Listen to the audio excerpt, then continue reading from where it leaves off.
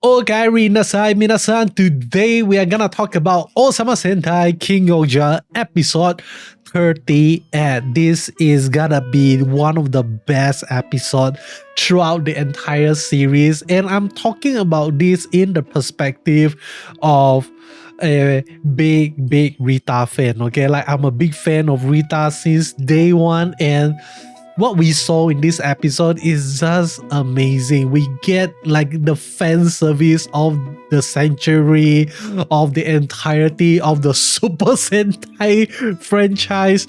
This episode is a fan service for all the fans of Rita Kanisuka itself. So I really enjoyed this episode, and I just want to give thanks to Toei, give thanks to Dagadero, give thanks to MNG, because without you guys, this episode is never gonna happen. And yeah, with that being said, let us talk about a few things that I realized when I actually watched this episode. So the first thing that I realized is how amazing the voice of MNG actually sounds like. Like, I love the voice, I love the accent. It really sounds like a DJ voice, and really sounds like kind of like an announcer MC voice, and I love it. I really hope that they are just gonna continue to do that, continue on moving forward, something like that. Okay, so it is really amazing. But with that being said, we need to talk about a few other things, okay, especially regarding MNG that has been teased to us at the end of this episode. So Rita actually says that the reason why she became an idol is to infiltrate, to do kind of like an undercover work, to understand more regarding the five jester itself. And he actually learned that actually the jester are not what they seems to be. It's kind of like how MNG says that she is actually wearing an armor to hide his true self. Like the MNG that we saw is not the MNG that he wants to be. And this is something really interesting. And Rita actually realized that after kind of like shooting MNG, like he get to see like his armor break a little bit, and he get to see that there is something inside of MNG. And it really makes me wonder whether or not this is true for all the jesters or not, or this only applies to MNG itself. Because I felt like the rest of the jesters doesn't seem to have any problem to do evil, because like throughout the entire jester arc or the galactic insect arc, this is the first time we get to see MNG making a move in the story itself. And when he make the first move, we already get a little bit of teaser that maybe he is not really kind of like a bad guy, full-on bad guy.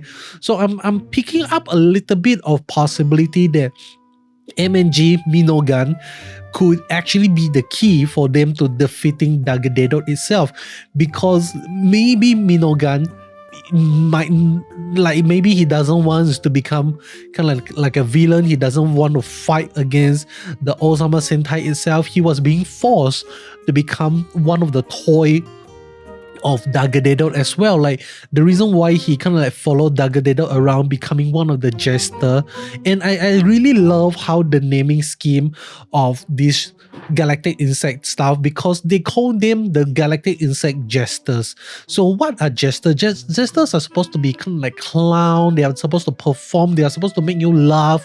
And I love it when they call themselves jester, because if you really think about it, this is actually kind of like telling us that maybe these five jesters are not what they seem they are. They are not pure evil, but they are just being forced to do things that entertain Dagadero himself, to kind of like maybe to protect their own war, or maybe to protect their own life, something like that. And that is the possibility we get to see in this episode. But then again, at the same time, I felt like this would not apply to Grody, this would not apply to Kamijin, and this definitely would not apply to, what was the name again, Hirobu itself, because these three characters, these three jester we actually get to see them having kind of like a evil heart in a sense. And the thing that they do is like they don't really care about humanity at all. But it is very different when we actually see from the perspective of Goma and from the perspective of of MNG itself. Like Goma doesn't actually do anything in Gokhan. Like what he did is actually good. He kind of like brainwashed the people, saying that hey, we're gonna switch your evil to good, something like that. So that is really really interesting, because I really want that there's to see a possibility that the jester is gonna betray Dagadedot, walk together with the Ohsama Sentai, and they are gonna learn, because of this, they're gonna learn the weakness of Dagadedot, and they are gonna be able to defeat Dagadedot because of a traitor among the jesters itself. That is gonna be really really amazing. And part of the reason why I really love this theory or idea is because MNG is not actually being assigned one of the kingdom to rule over. If you actually look at it, like there are 5 kingdoms, so you would assume that the jesters, every single jester, are supposed to lead one kingdom itself. But for some weird reason, MNG was not given a kingdom at all. Instead, that role actually falls under the Kamen. What was the name? It falls under Rakles, okay? I don't know. I forgot what was his name, like his mask name already, but we already know he's Rakles, so we're just gonna call him Rakles. But so far, Rakles has been laying low. We don't hear anything from him. I'm really, really wondering, like, what is he actually doing right now in Sugar Dam? But I think this episode give us a really really surprise cameo from Kogane as well. Like I really did not expect to see her in this episode, but I really love how every single time Kogane make an appearance in the show itself, her presence is really really strong and really really important to the plot. So hopefully they are gonna give Kogane more roles in the future, or maybe this actress cast her in other tokusatsu show if she wants. Like she can be in the next Kamen Rider. Like after finishing Ohsama Sentai, she can go over to Kamen Rider. I would definitely love to see her as one of the riders, or maybe she can lead a series on her own, okay? Like maybe there's a possibility there. But then again, with that being said, let us talk about some other things that I realized when I watched this episode. This episode, we also get to see the very first, I think, I'm not sure whether or not this is kind of like a first wall break or fourth wall breaking in Ohsama Sentai, but it is very very obvious when the Goma summons the idol Iko Marina. Like she literally breaks the fourth wall. She realized that hey, they are shooting tokusatsu show, and she like super hyped. She really really wants to be one of the cast as well. She also want to henshin, and she want to speak to the producer and all the stuff. So that is really really amazing that we actually get to see that. And yeah, so that is amazing. Another really really interesting thing that calls back to the real world is the Rampage itself. So who is this Rampage? We are not sure, but if maybe some Japanese audience, you know who are the Rampage, let me know in the comment section below. I think they are kind of like a dance group in Japan. There's like really really famous, something like that. So really really amazing stuff. Another few highlights that I really want to mention here is how each and every single character that stay back to help Rita in Gokhan is actually like they have their own approach, and they have their own assumption to why Rita is becoming an idol itself. So at first we get to see Jeremy's doing a lot of speculation, like wow, you become an idol because you want to look for your parents and all that stuff. And that is a really really interesting thing, because we actually learn that the parents of Rita are still freaking alive, and Rita is a good girl. She will actually go back home and visit her parents once a while.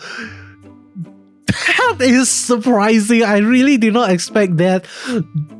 Oh my god, I really want to see Rita back home. How is she like when she's with her parents? Because I would assume Rita is gonna be like the most manja. I'm not sure what is the English word for manja, but she's definitely gonna be the most like hikikomori girl she can be when she's back in her parents' house. Like she's gonna be a total useless girl, that way she's gonna just just lay around lazily in the house waiting for the parents to feed her, waiting for the parents to take care of her. That is what I imagine Rita to be like when she's actually back home, especially when you look at the state of her room itself.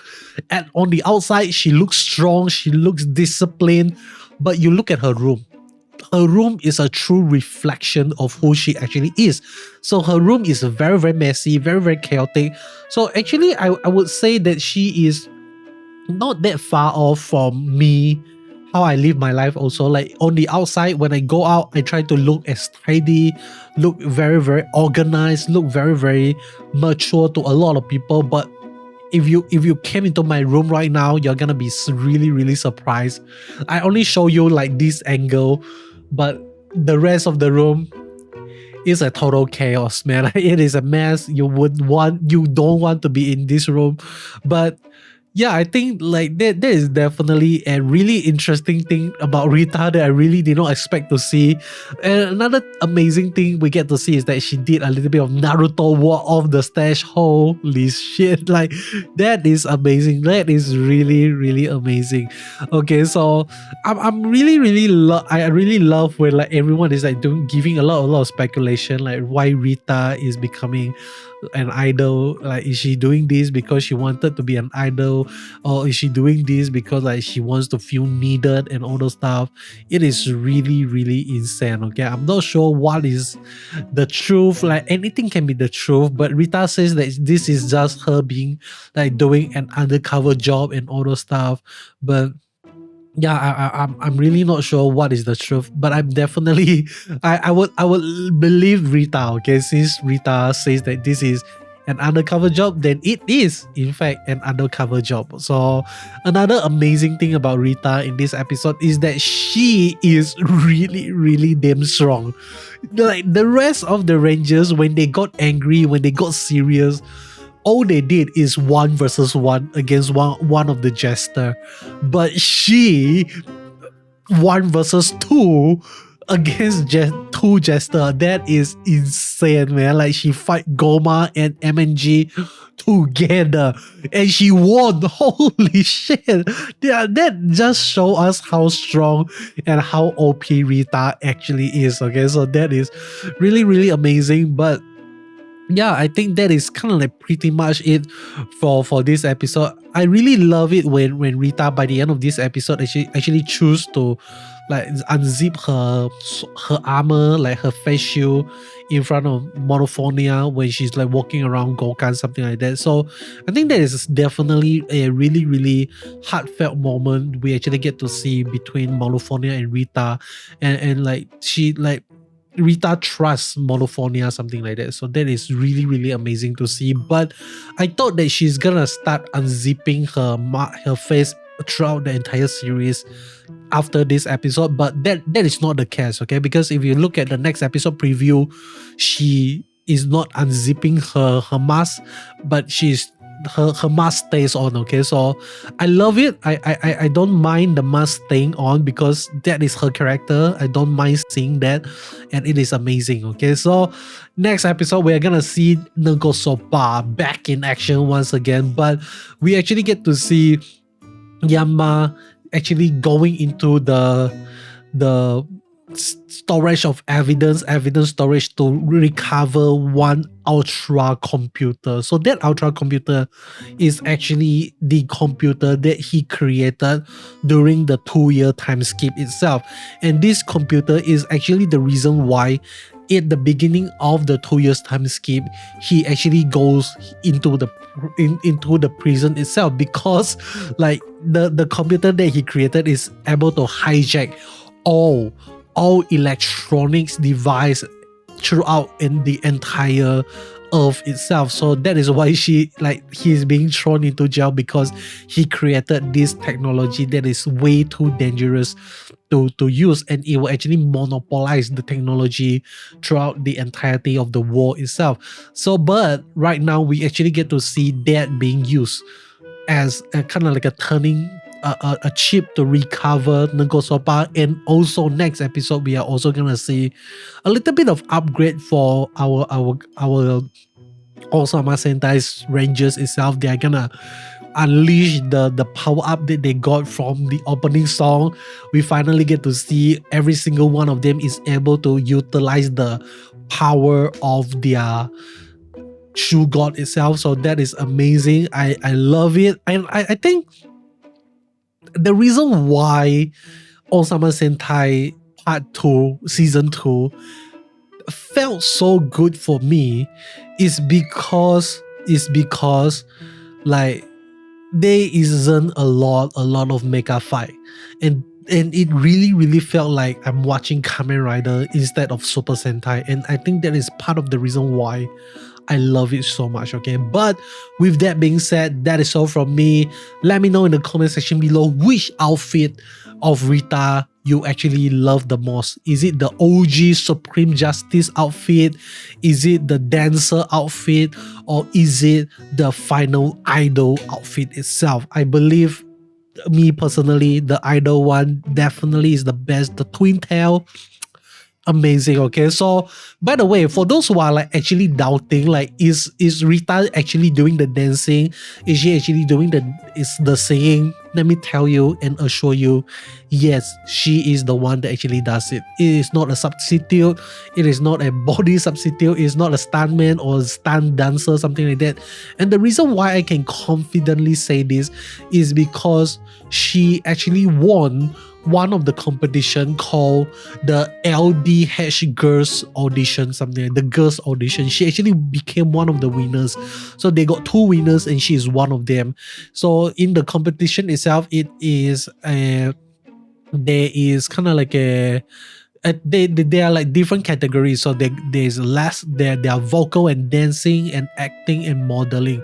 So in these 3 categories, she managed to become one of the winners. So obviously we already know she can dance, she can sing, she can act.